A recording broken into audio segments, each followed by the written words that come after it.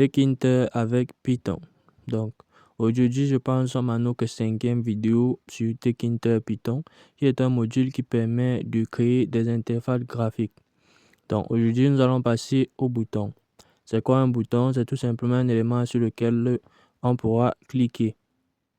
La dernière fois, nous avions vu le texte avec label. Et puis, nous avons vu FG qui permettait de donner la couleur du texte. Font qui permettait de donner la taille du texte et puis sa police aussi et bien d'autres choses. Donc aujourd'hui, nous allons voir les boutons. Donc pour ça, nous allons faire btn égale à button qui sera à l'intérieur de quoi? De fenêtre. Donc à l'intérieur de la fenêtre. Vous voyez là, il ne s'affiche pas juste parce qu'on ne l'a pas impacté. Donc le texte sera salué, pardon. Donc, nous allons maintenant faire quoi? Nous allons tout simplement afficher le bouton avec un btn.pack. Je rappelle que avec les boutons, on va définir des fonctions que lorsque nous allons cliquer, ça va exécuter ces fonctions-là. Donc, pour définir la fonction, nous allons tout simplement mettre la virgule, commande égale, nous allons mettre le nom de la fonction. Donc, saluer. Ensuite, nous allons aller au départ et créer la fonction. Donc, nous allons définir une fonction saluer qui va tout simplement afficher en console le salut lorsqu'on va cliquer sur le bouton. Donc, def saluer, print salut, tout simplement. Donc, là, si on exécute et puis que on va d'abord, voilà, vous voyez bien qu'il y a salut là. Donc, dès qu'on va cliquer sur le bouton, à chaque fois, salut va s'afficher en console. Donc, c'est un petit peu ça. Donc, pour les boutons, c'est bon. Donc, maintenant, nous allons nous attaquer au positionnement des éléments. Donc, nous allons faire des positionnements des éléments avec pack. Donc, pack qui nous permet d'impacter chaque élément dans la fenêtre. Va maintenant nous permettre de les modifier. Donc, vous voyez un petit peu que avec modifier leur position, pardon.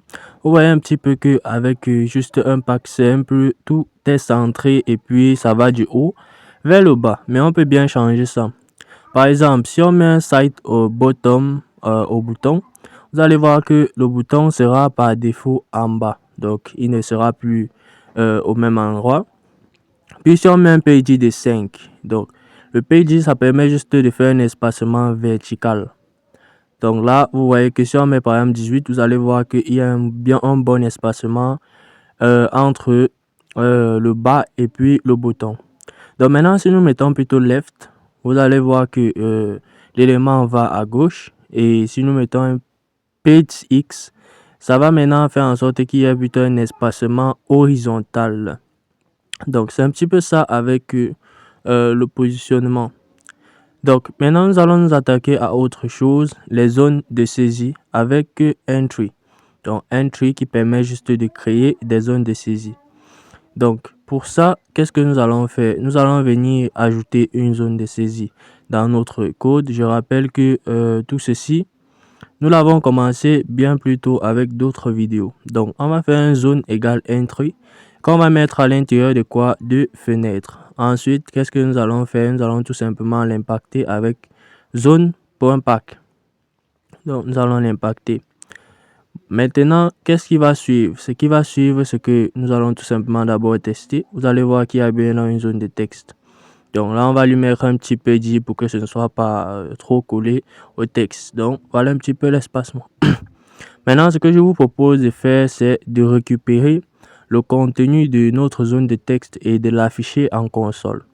Donc pour ça, au lieu de print salut, nous allons plutôt faire un print de zone.get.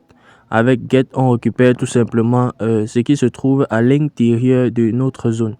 Bon là, si on clique sur saluer sans rien, vous allez voir rien ne se passe. Mais avec des éléments, ça s'affiche bien en console. Donc là, on va par exemple écrire salut le monde et on obtient bien ça en console. Donc si vous avez aimé, n'hésitez pas à liker, commenter, partager et surtout à vous abonner pour la suite. Ciao!